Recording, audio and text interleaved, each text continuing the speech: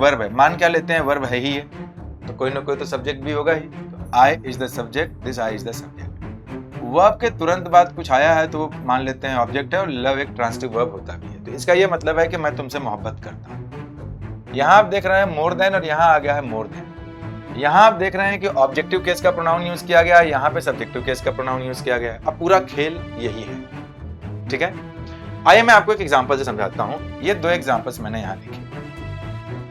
अब ये दो बातें लिखी हैं कि मैं तुमसे मोहब्बत करता हूँ और मैं उससे मोहब्बत करता हूँ, ठीक है, मोहब्बत करता हूँ। किसी ने बोला कि यार तुम तो मोहब्बत उससे भी करते हो और उसको भी करते हो, दोनों से मोहब्बत करते हो, लेकिन किसको ज्यादा करते हो? तो अगर आपको ये बोलना हो कि मैं जो मोहब्बत करता हूँ इसको ज्यादा करता हूँ, मोहब्बत तो इसको भी करता हूँ इसको भी करता हूँ, लेकिन इसके तुलना में इसको ज्यादा मोहब्बत करता हूँ, इसको जोड़ के कंपैरिजन तो करना पड़ेगा ना। तो जिसको ज्यादा करते हैं उसको पहले लिख देंगे तो मोर देन लगाना पड़ेगा। तो ये पहले वाले सेंटेंस को लिख दीजिए ऐसे, आई लव यू। अब मोर देन लगाना पड़ेगा, मोर देन, या तो ये पूरा का पूरा सेंटेंस यहाँ लिख दीजिए आगे, लेकिन जो जो कॉमन दिखे उसको मत लिखिए। तो आए यहाँ लगाएंगे तो आए ऑलरेडी आया हुआ है तो दोबारा लगाने की जरूरत है नहीं। लव भी यहाँ आया हुआ है, दोबारा लगाने की जरूरत है नहीं। इस वाले वर्ब का ये ऑब्जेक्ट है, इस वाले वर्ब का ये ऑब्जेक्ट है। तो here we are making the comparison between two objects. तो डायरेक्ट यहाँ पे हिम लिख दीजिए। तो अब यहाँ माना यह जाएगा कि इसी लव का ऑब्जेक्ट ये है और इसी लव का ऑब्जेक्ट ये है। तो इसका ये मतलब बनेगा मैं उसे भी मोहब्बत करता हूँ, मैं तुम्हें भी मोहब्बत करता हूँ, लेकिन जितनी मोहब्बत उसको करता हूँ उससे ज्यादा मोहब्बत तुमको करता हूँ। ये तो गाना बन गया, कितनी मोहब्बत है तुमसे जरा पास आके देखो। खैर, तो यानी कि ये वाला एग्जाम्पल तो अपनी जगह सही है। अब आते हैं जरा किसी दूसरे एग्जाम्पल पे। मैंने फिर से एक एग्जाम्पल यहाँ लिखा, देखिए दूसरा वाला सही है कि नहीं। ये तो दोनों है कि मैं तुमसे मोहब्बत करता हूँ, वो तुमसे मोहब्बत करता है, दोनों मोहब्बत करते हैं। चलिए अच्छी बात है, दोनों प्रूफ करके दिखाओ दोनों में से कौन ज्यादा मुझसे मोहब्बत करता है। तो अब यहाँ पे देख रहे हैं कि कंपैरिजन यहाँ पे ऑब्जेक्ट का नहीं हो रहा है, कंपैरिजन यहाँ सब्जेक्ट का हो रहा है।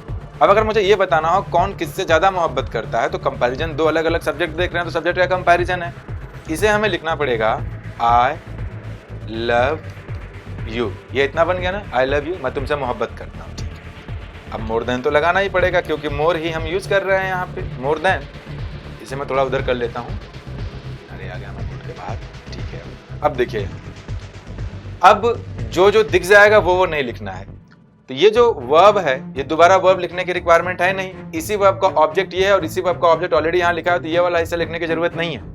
तो आप चाहें तो डायरेक्ट इसको ही लिख करके ऐसे छोड़ दे, तो ये सब्जेक्ट है। अब आप यहाँ पाएंगे कि there is a subject and there is one more subject. तो here the comparison is made between two subjects, I love you and he loves you. तो अब एक ही को मान लेंगे वहां पे। अच्छा एक बात और बता दें कि चूंकि देन कंजंक्शन होता है तो ये जो सब्जेक्टिव केस हम यूज करते हैं तो इसके आगे आने वाला वर्ब जो है वो अंडरस्टूड होता है। आप चाहें तो लगाएं, चाहे तो ना लगाएं। ये प्रेजेंट इंडेफिनिट टेंस है, अगर आप लगाना ही चाहें तो उसके हिसाब से यहाँ पे इस सब्जेक्ट के अकॉर्डिंग हेल्पिंग वर्ब लगा दीजिए। तो प्रेजेंट इंडेफिनिट टेंस की हेल्पिंग वर्ब्स होती हैं डू और डज। तो ही है तो ही के साथ यहाँ पे डज। आप चाहें तो ये लगाएं, चाहे तो ना लगाएं, वो ही सब्जेक्टिव केस देख करके अंडरस्टूड हो जाएगा कि मैं तुमसे मोहब्बत करता हूँ, वो भी तुमसे मोहब्बत करता है, लेकिन जितनी मोहब्बत वो तुमसे करता है उससे ज्यादा मोहब्बत मैं तुमसे करता हूँ। तो दोनों ही एग्जाम्पल सही हैं, बस आपका मैसेज क्या है, फोकस आपको ये करना है